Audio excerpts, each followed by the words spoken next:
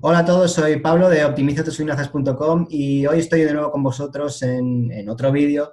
Es un vídeo que es algo diferente porque no os voy a contar ningún concepto, ninguna explicación de un concepto básico o de los que podíamos hablar en el blog, sino que traigo una cosa diferente que no es más que una entrevista, que es algo que llevo tiempo pensando en entrevistar a gente que pueda aportar cosas en esto de la gestión indexada. Y hoy tengo con vosotros a David Núñez, que es coautor, bueno, co-creador de Quiant Investment y coautor del libro La guerra financiera asimétrica, una guía de inversión indexada, si no me equivoco. Y bueno, es un libro que me gustó bastante, sobre todo porque explica muy bien las cuatro o las cinco cosas básicas que hay que saber para invertir de forma indexada y además lo hace también de una forma bastante sencilla y amena, pues porque utiliza bueno, lenguaje militar, ya que tanto él como su compañero Santiago son militares de profesión. Y bueno, vamos a tener una pequeña charla con él y yo creo que puede salir algo interesante de aquí. David, buenas tardes, ¿qué tal? ¿Cómo estás? Buenas tardes, Pablo. Muy bien. Muy bien. Enhorabuena por Bueno, tu blog y gracias por esta oportunidad. nada, yo creo que va a ser una cosa interesante para los lectores y para la gente que pueda ver este vídeo. Bueno, antes de entrar en materia, antes de entrar en hablar un poco de gestión indexada, eh, si bien te parece, explicamos un poco, bueno, tanto tu historia como la de Santiago, porque a mí al menos me parece curiosa porque como dos personas que se dedican bueno, que son militares, entre misiones y entre, entre maniobras, pues desarrollan esta idea o bueno, estas ganas por las finanzas y este interés que al final acabando creando un proyecto de divulgación financiera. No sé de dónde viene vuestro interés por todo esto. Bueno, yo siempre fui ahorrador, ¿no? Y en mi casa siempre fueron ahorradores. Eran ahorradores ineficientes, eso sí, pero ahorradores. Y un poco mi interés surgió en los años de la burbuja, porque yo estaba destinado a una unidad muy grande, ¿no? Ujú. Donde tenías contacto con muchas personas. Entonces, el ejército está muy estructurado, ¿no? Tienes la tropa, tienes los oficiales y tienes a los oficiales. Entonces, de alguna forma, tienes a toda la sociedad junta y focalizada en un punto, de tal manera que podías ver a los que tienen condiciones laborales diferentes y mayores y menores ingresos, todos juntos. Y durante la época de burbuja, que fue cuando yo estuve destinado a una unidad muy grande, que fue la Brigada Transportada, que está situada en Pontevedra, Ujú. me empecé a dar cuenta de que independientemente del nivel económico, las condiciones laborales y las perspectivas, eh, todo el mundo se comportaba igual, se Ujú. comportaba con un espíritu de grupo y digamos, con un comportamiento totalmente grupal que a mí el sentido común me decía que no era correcto. Yo Ujú. hacía preguntas sencillas, ¿no? Del tipo, calculaba, aún no sabía lo que era el PER de la vivienda, pero yo lo calculaba automáticamente, ¿no? Porque pensaba, estos tíos están pagando X dinero por un piso y van a cobrar un alquiler, y claro, te salían unos ratios totalmente descabellados. Ujú. Dedicaban una parte excesiva de su salario a pagar hipotecas que eran larguísimas. Y eso independientemente de si estabas hablando de un soldado que llevaba 2 años o de un oficial o un suboficial. En ese microcosmos de excesos que tenías ahí al lado y que era una ventaja con respecto a cualquier otro observador de la realidad, porque normalmente tú puedes estar focalizado pues, en tu grupo de amigos, en tu grupo de trabajo, pero no tienes, digamos, una visión de conjunto tan grande digamos, de toda la sociedad como lo tenías en ese momento, como yo tuve la oportunidad. Y todo me chirriaba. Ujú. Y como me empezó a chirriar, empecé a leer, empecé a investigar y al final llegué a la conclusión de que estaba en una burbuja. No sabía exactamente en qué punto la burbuja estaba, pero a poco que veas, toda burbuja inmobiliaria suele llevar aparejada una burbuja de crédito, Ujú. porque para comprar una casa necesitas apalancarte habitualmente en cualquier lugar del planeta. Y dije, bueno, pues esto tarde o temprano petará, Ujú. estallará por su propia dinámica y vamos a acumular dinero y a ver qué pasa. Y entonces así fue como digamos, me inicié en las las finanzas. Y hasta aquí. Vale, bueno, sí, bueno, es un poco una forma habitual por lo que hablas lo que escuchas entre la gente que se dedica a esto, ¿no? Que al final es si no es por placer, porque le gusta, es porque ve que algo no funciona y algo le chirría y empieza a buscar por su cuenta. Bueno, pues si te parece, vamos a empezar entonces a hablar un poquito de gestión indexada. Vamos a tomar un poco como base, si te parece, vuestro libro, porque así, bueno, pues ya nos hace de guión. Vale, perfecto. Dispara. Bueno, pues lo primero cuando leemos vuestro libro, al final es que vosotros decís bueno, que esto es una guerra y es una guerra desigual entre los ciudadanos y una serie de enemigos que tenemos, porque al final esto no es una guerra entre solamente las personas que pueden tener unos ahorros invertidos, sino que al final afecta a todos los ciudadanos por igual. Entonces, ¿quiénes son estos enemigos de los que con los que tenemos que combatir y cómo podemos hacerlo, claro? Bueno, nosotros describimos al enemigo como una hidra de varias cabezas, ¿no? Y digamos que la hidra es el aparato estatal, ¿no? Porque te machaca de dos maneras distintas. Yo diría tres, pero bueno, los dos principales, una es la inflación y otra son los impuestos. Y sin entrar a valorar, por ejemplo, en el caso de los impuestos, si son necesarios o no son necesarios, si es coacción, no es coacción, si son muy altos o son muy bajos, a efectos prácticos, los impuestos machacan tu rentabilidad. Y la inflación, que no deja de ser un impuesto encubierto, invisible, ¿no? Pues también. Hay muchas teorías sobre la inflación, es un tema polémico, pero podemos decir un poco que el origen está en los bancos centrales. Los bancos centrales tienen un monopolio, el monopolio de la creación de dinero, y el gobierno pues tiene el monopolio de machacarte a impuestos o machacarte a impuestos.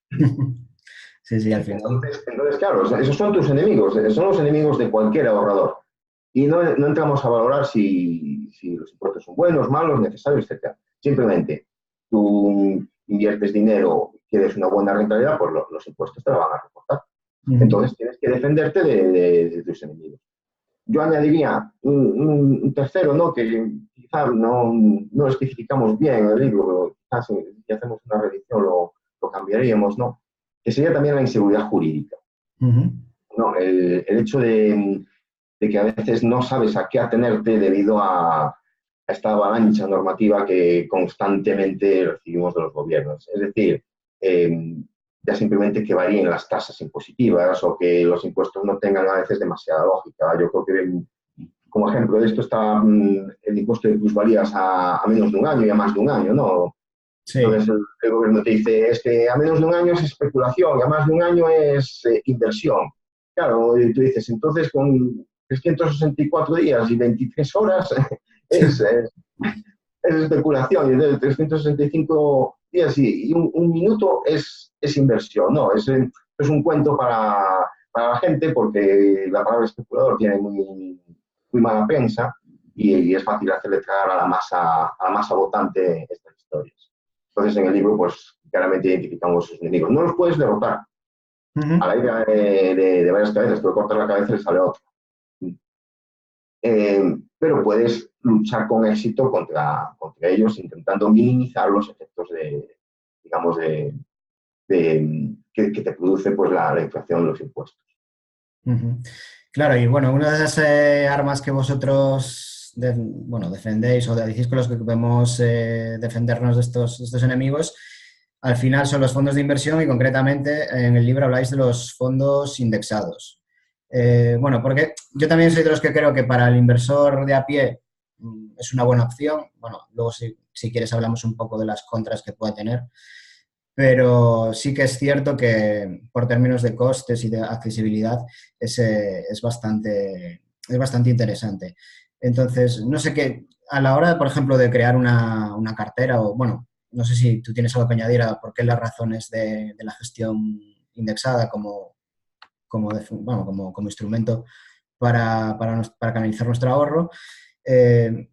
no sé qué criterios básicos, muy, muy básicos, así a la gente que pueda estar interesada en comenzar a crear una cartera le podrías recomendar, pues, por ejemplo, a la hora de, no sé, diversificación, por ejemplo. No sé si... Bueno, es un tema complejo y aquí sí que hay muchas opiniones respecto a en qué índice invertir, en qué proporción, en qué instrumentos, ¿no? Claro, no hay reglas generales y normalmente todas las opiniones se ofrecen y se plantean en términos generales. Pero luego cada persona es un mundo Exacto. y tenemos todas circunstancias muy, muy diferentes. Porque la independencia financiera no es un Excel, una columnita con números y intereses compuestos al que al final te quedan 1.200 euros para vivir dentro de 20 años. Eso no es la independencia financiera, eso es, digamos, el faro, ¿no? Pero es un faro que te lleva a un puerto al que muy difícilmente vas a llegar. Pues tú vas a tener independencia financiera, primero, pues si te toca una lotería o recibes una herencia fuerte, o segundo, tienes una gran idea que te hace rico. En el resto de casos, pues normalmente lo que haces es aproximarte a eso, en la medida de tus posibilidades. Claro. No sé Bueno, si lo oyes ahora. sí, sí, sí, perfecto. Bueno, es un poco siguiendo el ejemplo que vosotros seguís en el libro, que bueno, analizáis la rentabilidad de varios índices, en el sentido de que, bueno, incluso establecéis unas condiciones bastante duras a nivel de impuestos y de comisiones que aplicáis para hacer el ejemplo. Lo que sí me llama la atención es que utilizáis un poco, o bueno, hacéis el argumento de que incluso con el IBEX 35, que es un índice bastante, bueno, sí que es cierto que tiene bastante mala fama, sobre todo por el peso de los bancos, que incluso así, en este tipo de índices es posible ganar dinero con la gestión indexada. Entonces, yo no sé cuáles consideras tú que tienen que tener las características que tiene que tener un buen índice para poder, bueno, pues ser considerado como una opción para poder indexarnos a él. Sí, respondiendo a tu pregunta, bueno, con paso previo, lo de IBEX 35. Cuando el IBEX 35 daba dinero, y era mejor que el SP500, y lo fue desde 1993 hasta el 2009 inclusive, a nadie se le acordaba criticar al IBEX 35. Mientras un índice te da dinero, si tiene pocos o muchos bancos, a la gente le da igual. Es cuando deja de dar dinero, cuando empiezan los inversores y todo el mundo a decir que es un índice bananero o lo que sea. Hay que tener en cuenta también que el SP500 ha tenido años muy malos y ha pasado por épocas de rentabilidad baja. Entonces, si nosotros elegimos el IBEX 35 en el libro fue por su carácter didáctico, ¿no? Porque siguiendo unas reglas básicas y sencillas se podía, si no ganar mucho dinero, por lo menos conservar lo que tienes. Cuando decimos conservar lo que tienes, es decir, que ya has vencido a la inflación y los impuestos, que por cierto es el punto de partida de todo, conservar lo que tienes antes de pensar en ganar. Respecto al índice adecuado, bueno, yo diría que el SP500. El SP500 Total Return para mí es la referencia.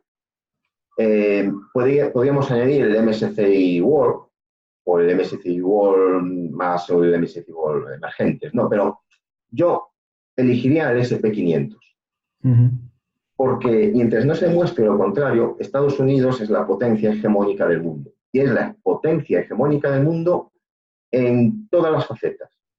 Militar, ideológica, económica y sobre todo ideológica. Todas las ideas, las más sublimes y las más chorras, vienen del otro lado del Atlántico. Luego aquí se les da otra forma o lo que sea. Y no hay más que ver, pues, en las grandes empresas tecnológicas de donde vienen, casi todas son de allí. Y todo lo demás es copiado. Entonces, mientras esa hegemonía perdure y tengan el mercado más grande, más amplio, más líquido, con empresas que, aunque están en un índice norteamericano, son globales, para mí la referencia es siempre el SP500. Claro, sí, es que al final, bueno, es un poco lo que marca, el mercado americano es lo que marca la tendencia global. Tú si coges un poco lo que ocurre en Estados Unidos o las decisiones que se van tomando de tipos de interés o este tipo de cosas, al final el resto de zonas del mundo, tarde o temprano, acaban haciendo lo mismo. Eh, a la hora de diversificar, pues sí, es cierto. Evidentemente, siempre se dice que mejor tener más de un índice, evidentemente, por lo que pueda, más que nada para diversificar riesgos.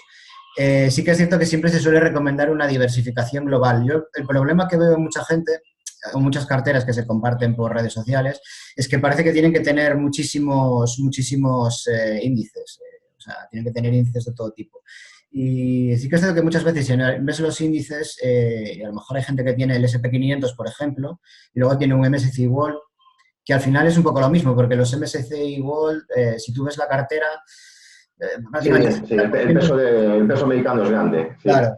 Entonces es Eh, un poco invertir, pagar dos veces casi por lo mismo. Entonces, no sé, yo sé que vosotros en el libro pues defendéis un poco las carteras un pelín más concentradas, no sé cómo, qué tres, cuatro regiones creéis que hombre, debe la cartera. el SP500 de por sí ya está suficientemente diversificado, son 500 empresas. Claro. 500 empresas, casi todas globales, trabajan por todo el mundo. Entonces, ¿qué más se puede pedir? Si tuvieras que elegir solo un índice, yo elegiría este. Ujú, Y el tener muchos índices, o decir, pues me voy a indexar a Nigeria, que tiene un futuro prometedor, o ujú. a Tailandia. Es decir, yo creo que es complicarse la vida. La esencia de la indexación, de la gestión pasiva, es la sencillez, que no tengas que hacer gran cosa, que no tengas que prestar demasiada atención ni dedicarle demasiado tiempo. Empiezas a tener muchos instrumentos, consigues justamente lo contrario. Y es muy dudoso que eso tenga un valor añadido para ti. Ujú. Entonces, yo creo que con 2 o 3 índices como mucho, pues ya vas sobrado. Puedes coger el índice de tu país si confías en la economía de tu país o simplemente porque estás allí, porque siempre tienes una tendencia de giro cercano, pues, o la de tu región económica, por ejemplo, Europa, Europa es el segundo producto interior bruto del mundo, ¿no? Y, y ya está.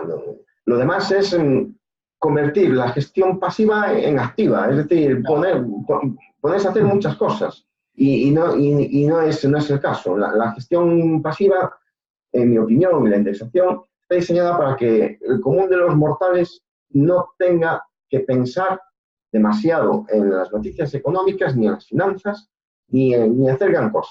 Ujú. Y para eso necesitas 2 o 3 índices no más, o uno solo, si es el SP500.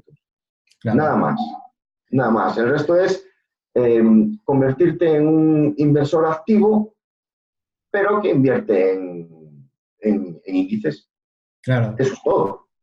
No, claro, es decir, el problema del inversor, el problema que tenemos todos los inversores es que nos puede la hiperactividad, siempre queremos hacer cosas, ¿no?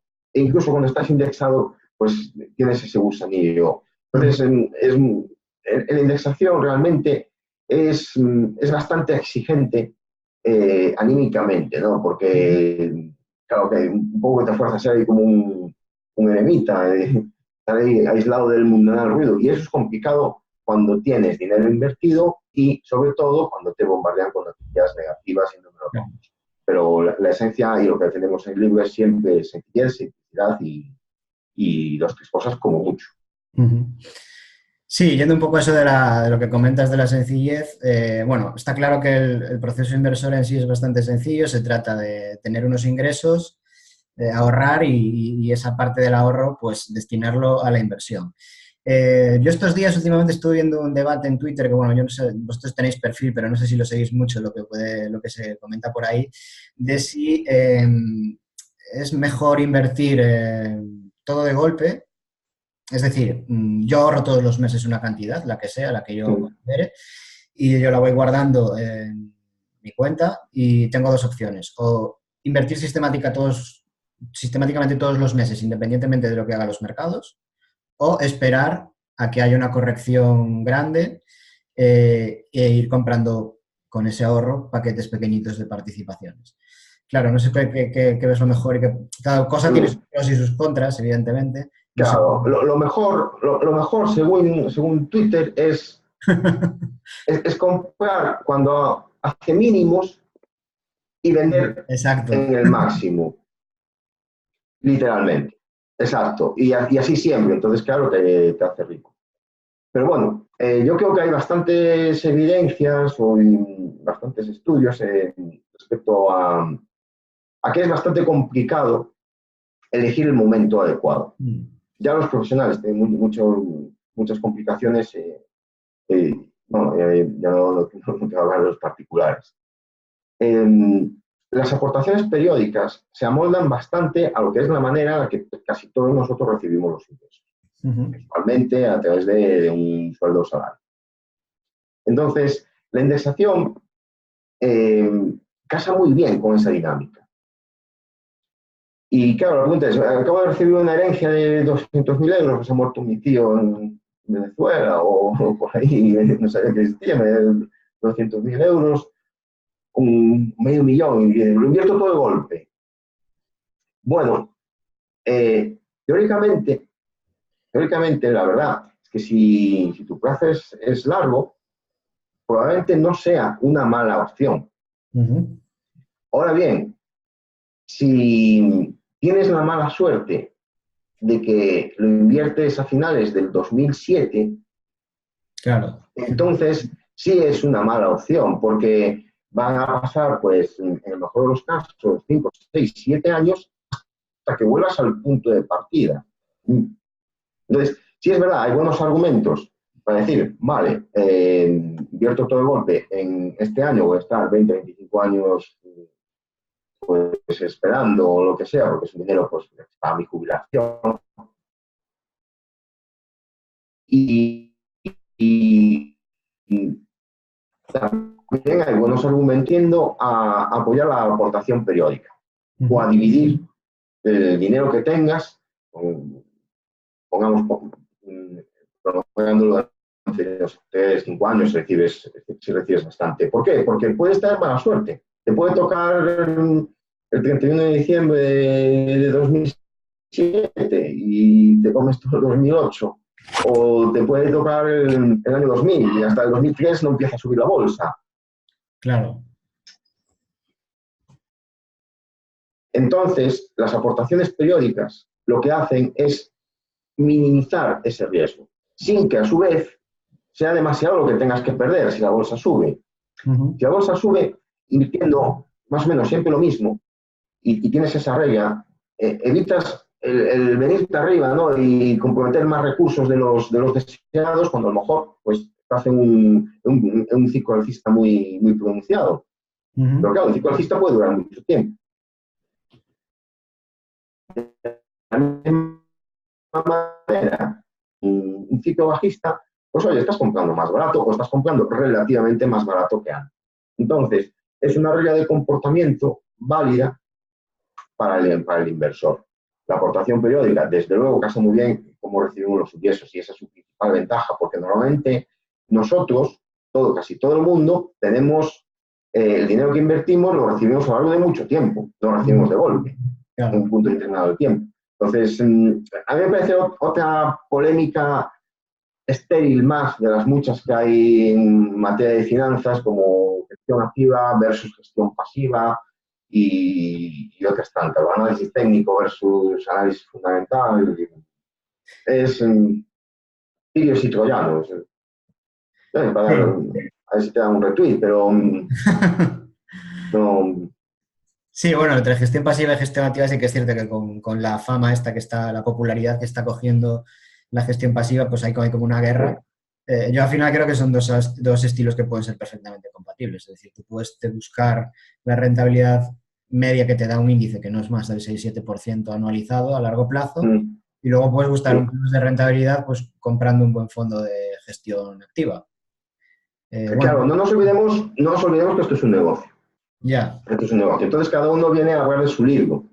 No, aquí estoy yo hablando de mí. Y lo que pasa es que nosotros, ya digo, claramente decimos que no hay ningún tipo de enfrentamiento entre la gestión pasiva y la gestión activa. Lo que decimos es que si no quieres complicarte la vida y aspirar a esa rentabilidad en términos reales que has mencionado antes, pues tienes la gestión pasiva y te va a ir muy bien. Y tienes un 85 o 90% de probabilidades de hacerlo mejor que la gestión activa. El problema de la gestión activa es que no cumple las expectativas de las personas que la utilizan. Y, repito, esto es un negocio, entonces los que invierten de manera activa pues defienden lo suyo, los que invierten de manera pasiva pues defienden lo suyo, de la misma forma que el que vende un curso de trading y de CFDs defiende lo suyo. Claro. Desde un punto de vista más, voy a usar el término perros cautés, equidistante, pues yo diría que, a ver, si no te quieres complicar la vida ni dedicarle tiempo o más tiempo necesario a esto, vete a la gestión pasiva y ya está. Si quieres algo más y le vas a dedicar más tiempo, pues independientemente de que compres las acciones o de que uses un fondo de inversión, pues tendrás que acudir a la gestión activa, con el problema añadido de que es complicado elegir un fondo de gestión activa que a largo plazo pues, te dé la rentabilidad que tú esperas. ¿Y qué rentabilidad esperas? Pues más que el límite. Esperas más de un 6-7% compuesto anual. Esperas pues 2 o 3 puntos por encima de eso, en términos reales.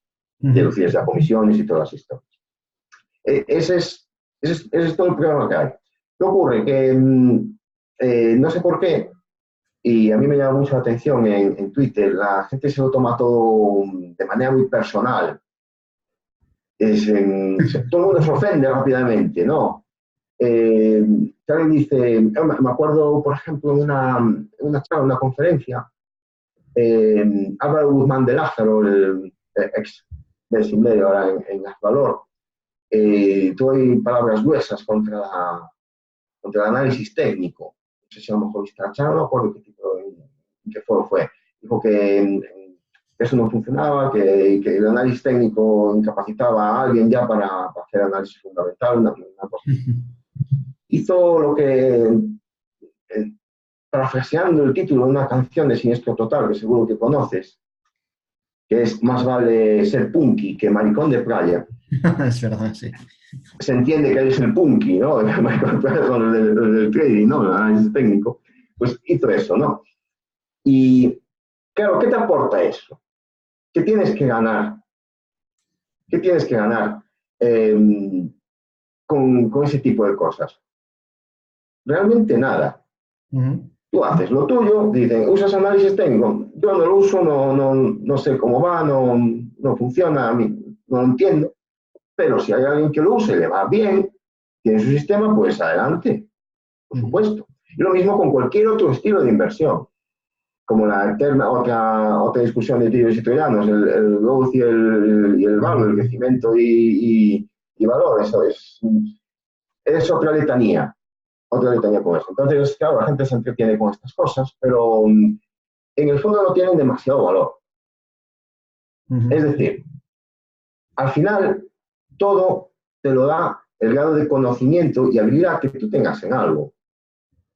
Claro. Independientemente del porcentaje de acierto que otras personas tengan en ese mismo campo. Por ejemplo, los traders, la mayoría de ellos pierden dinero. Pero a lo mejor hay algunos que lo ganan. Pues lo saben hacer bien, o tienen un método que les funciona, o tienen más aciertos que errores. Bueno, pues mejor para ellos. Y lo mismo en la inversión en valor o en crecimiento, o si inviertes solo en empresas de electricidad o en empresas de papel. Es decir, si tu conocimiento sobre un determinado tema te da las herramientas intelectuales y conceptuales suficientes para que a ti te sea útil y ganes dinero con eso, adelante. Por eso, yo no creo que haya algo que sea mejor o peor. Depende de quién lo está haciendo y cómo lo está haciendo.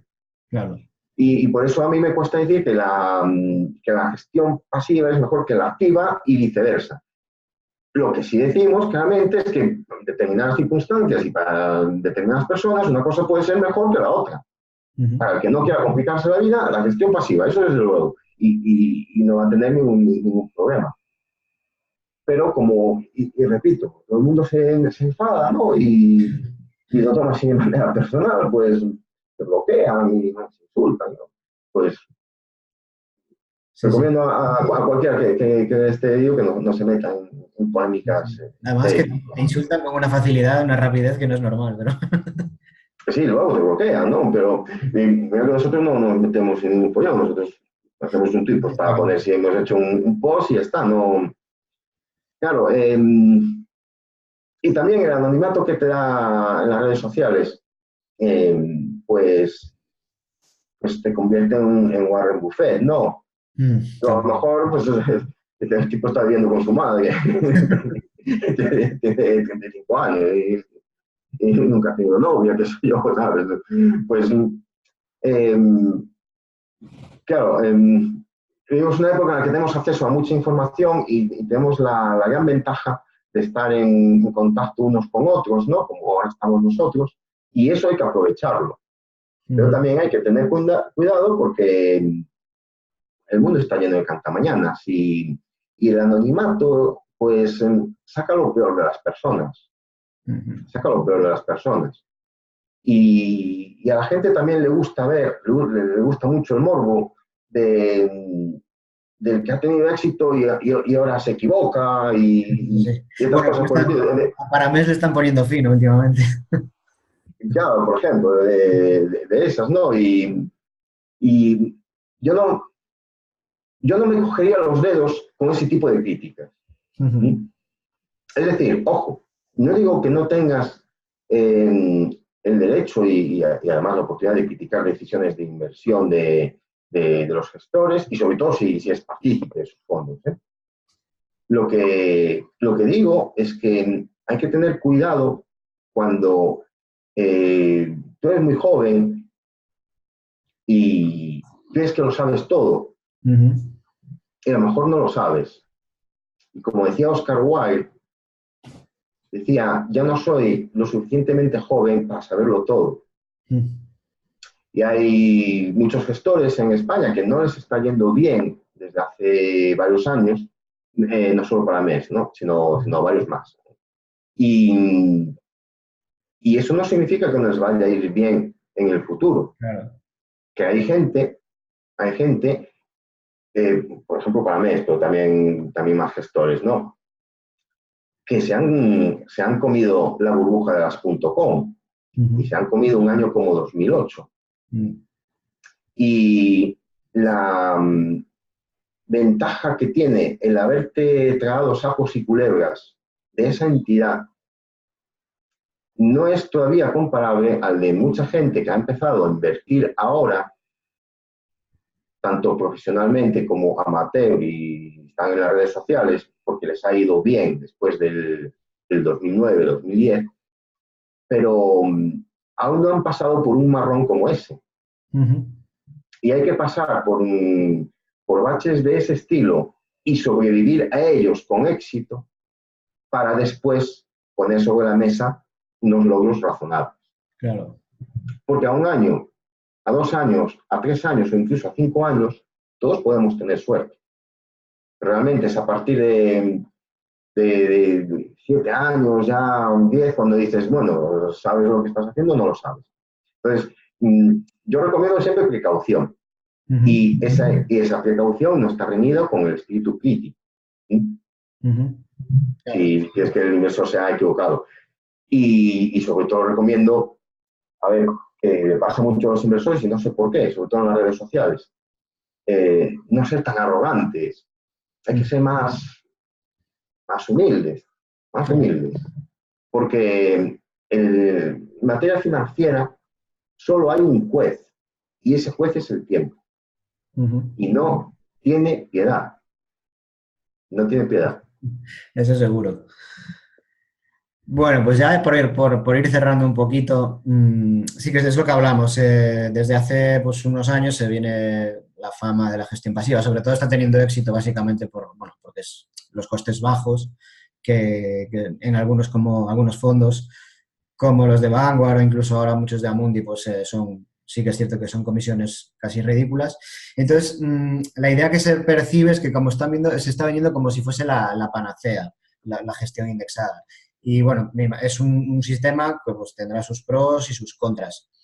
Y sí, es cierto que también se le hacen muchas críticas, en algunas más sostenibles, algunas más consistentes, otras más cogidas por pinzas.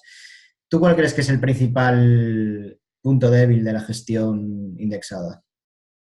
Bueno, el principal punto débil es, claro, que tus expectativas de rentabilidad se ciñen, digamos, a la que tú señalaste antes Ujú, y la que ha recogido, por ejemplo, Jeremy Siegel ujú, en su famoso Stop for the Long Run, que es un 6-7% compuesto anual en términos reales, o un 5-6, si la cosa no va muy bien, incluso un 4-5, si la cosa va pues mejor, pues un poco más, quizás 7, pero ahí se acaba todo. ujú. Es decir, claro, estás muy afectado por el fenómeno de la reversión a la media, ¿no? De la rentabilidad bursátil. Y ese es tu límite, digamos, de tu techo. O en perro feo es tu techo de cristal. Pues tu techo. Y, y no hay más. Mm, ¿Eso es malo? No, no, no, no es malo. No es malo. Pero si quieres generar más capital en menos tiempo, necesitas tasas de rentabilidad más elevadas. Y eso, en cierta medida, solo te lo puede dar la gestión activa. mm, El problema, que ya lo autorizó muy bien Vogel, de todo, seguro ha salido todos sus libros, pues mm. que si coges la rentabilidad general del mercado acotada en un año, eso es un juego de suma cero, entonces es imposible que ganen todos, tienen que perder para que otros ganen. Claro. Eh, Acotada un año, y no estoy diciendo que la bolsa y las acciones sean un juego de suma cero, eso es distinto. Hay Ujú, gente que se confunde con eso, ¿no? Entonces, ese es su principal inconveniente, claramente. El resto son ventajas, ventajas de comodidad, ventajas de costes, como has dicho, y ventajas de seguridad. Quizá podríamos añadir como inconveniente que, que a veces el largo plazo puede ser bastante largo. claro. Claro, ¿sabes? Un dinero que te has invertido en el IBEX 35 en 1999, pues ahí está, y te van con dividendos. E incluso el que invirtió en el S&P 500 en el 2007, pues tardó, ha pasado tiempo, ¿no? Ujú. Entonces, pues ese puede ser el inconveniente. Cuando a veces en la gestión activa, de alguna forma, como que estás contando con plazos a veces un poco más breves. Ujú. Pero ojo, no deja de ser largo plazo, porque un lustro, 7 años o una década, pues hay que considerarlo como largo plazo. Yo creo que debería ser siempre la mentalidad del inversor. Mm, Pocas críticas se le pueden hacer en ese sentido a la gestión pasiva, Ujú. porque es eficiente en costes, estás diversificado y tienes una expectativa de rentabilidad buena. Lo más seguro es que acabes venciendo la inflación y ganando dinero. Poco, mucho, pero ganando dinero. Está muy bien. Muy bien, pues yo creo que más o menos nos hicimos una idea de lo que es profundizando un poco más de lo que es la gestión pasiva con una persona que ya lleva mucho más tiempo que yo en esto, junto con Santiago. Y bueno, por mi parte nada más, solo decirle a la gente que nos está viendo que en la descripción del vídeo, cuando salga publicado en el canal, pues podréis ver tanto el enlace al libro de David y de Santiago como a vuestra página web, que es quietinvest.org o .com, no recuerdo. .com. .com. Vale, y nada, que esto saldrá en unos días, que ya lo publicaremos, espero que en breve. Y que nada, por mi parte fue un placer y encantado. No sé si tienes que añadir algo más y si no, pues... Bueno, pues primero que la gente visite tu blog y optimiza tus finanzas, que está bastante bien, porque creo que hay una laguna importante de cultura financiera en España y iniciativas como la tuya son muy, muy, muy valiosas, sobre todo cuando tienes un entorno cultural abiertamente hostil al ahorro y la inversión, o sea, dicho de paso. Y hay una gente que invierta periódicamente lo que pueda, aunque crea que es poco dinero. y que lo haga durante mucho tiempo y a ser posible, si no tiene más cosas, lo haga al SP500 o al MSCI. Ujú. Sí, porque eso es otra cosa que no comentamos, que al final la gente suele despreciar cantidades pequeñas, de muchos argumentos. No, es que yo solo puedo ahorrar 100 euros al mes o solo podría destinar y al final esas cantidades pequeñas eh, a Y a lo largo mejor te plazo. dice fumando. No, pero claro, que Pues un fondo que indexado que reinvierta los dividendos, claro, a largo plazo, lógicamente, si empiezas desde cero, siempre va a ser más lento que... claro, al final es que algo siempre es más que nada. Entonces, por muy poco dinero que a uno le parezca, sí vale la pena hacerlo, porque a lo mejor luego cuando lo necesites, sí lo valoras. Bueno, y si quieres un poco para cerrar el tema, pues creo que una de las cuestiones, y supongo que también levanta mucha polémica en las redes, y está relacionado con esto, es que cuándo es invertir en el fondo, ¿no? Porque estamos También. hablando de cuándo invertir, ¿no? Y cuándo invertir es fácil responderlo, pues siempre, ¿no? Cada año, cada mes, echas X cantidad de dinero y así siempre. Y, no, y la respuesta no es tan sencilla como cuándo invertir, pero también es sencilla. Uno, no desinviertas después de un año bajista. Ujú. Digo, es que ya he esperado 19 años, pues espero uno más. He esperado 19 años, pues espero uno más. Que desinviertes después de un año en verde. Y dos, no desinviertas si estás en pérdidas. En pérdidas reales, no en pérdidas nominales, en pérdidas reales. Esas son las dos únicas reglas. Porque la pregunta es una pregunta incorrecta. La pregunta no es cuándo tengo que desinvertir, sino cuándo no tengo que hacerlo. Ujú. Y yo creo que ahí el inversor indexado lo plantea mal. Entonces, como a veces no queda bien planteado, es un tema que se puede desarrollar más, pero yo creo que está bien No, sí, sí, simplificado. está bien. Sí, sí, es una cosa que no se me había ocurrido. Es que siempre pensamos en cómo invertir, pero no cómo recuperar el capital. Bueno, pues David, por mi parte, nada más. Yo creo que nos quedó una buena charla. Sí, yo Y creo que sí. Vamos, cuando quieras otra, hablamos no te preocupes, del tema que propongas. Ahora estamos haciendo unos posts sobre las estrellas del deporte Ajá. que tienen mal tino una vez que acaban sus carreras, ¿no? Que tienen mucho dinero y en muy poco tiempo lo pierden. Ujú. No, de hecho, ahora pues, sale la noticia que Raúl González pues, estaba teniendo un problema a lo mejor acaba en el banquillo, no en el banquillo de la audiencia provincial, no en el banquillo del estadio, ¿no? Y es un poco que sirve de ejemplo, ¿no? Al tema que tú has dicho de esta gente que dice que tiene poco dinero, ¿no? Sí, yo creo que vale la pena que esas personas se fijen en estos casos, en lo rápido que y en la inmediatez con la que puedes fundir una fortuna de toda tu vida. Sí. Y en cómo personas que suponemos que deberían tener más tino, más criterio a invertir, realmente no lo Ujú. por un montón de razones, ¿no? Sí, muchas veces porque, bueno, tienes ahí entornos familiares que se aprovechan de ellos. Otras pueden ser, pues sí, inversiones fallidas, pero claro, sí que es cierto que normalmente suele haber un entorno que, a ver, es la realidad, vienen de niveles de vivir en situaciones de mucha pobreza y de la noche a la mañana les llegan unos contratos de su vida y son Mm. multimillonarios y tiene un séquito de chupópteros. Por ejemplo, el caso de Neymar, que eso es Sí, sí, que. o sea, tiene ahí a los amigos viviendo de los vídeos de Neymar y los amigos viven en el yate, no sé qué, en Nueva York. Bueno, nosotros recomendamos a todas estas personas que se indexen, Sí. porque ganar esas cantidades astronómicas de dinero no tienes por qué complicarte la vida, no te Ya. compliques la vida. Indexate y no juegues a deportes que no son los tuyos, porque nosotros decimos que el talento es asimétrico. Que tú tengas mucho talento, digamos, pues no sé, jugando al tenis o al fútbol o a lo que sea, no te confiere una habilidad especial en otros ámbitos de la vida.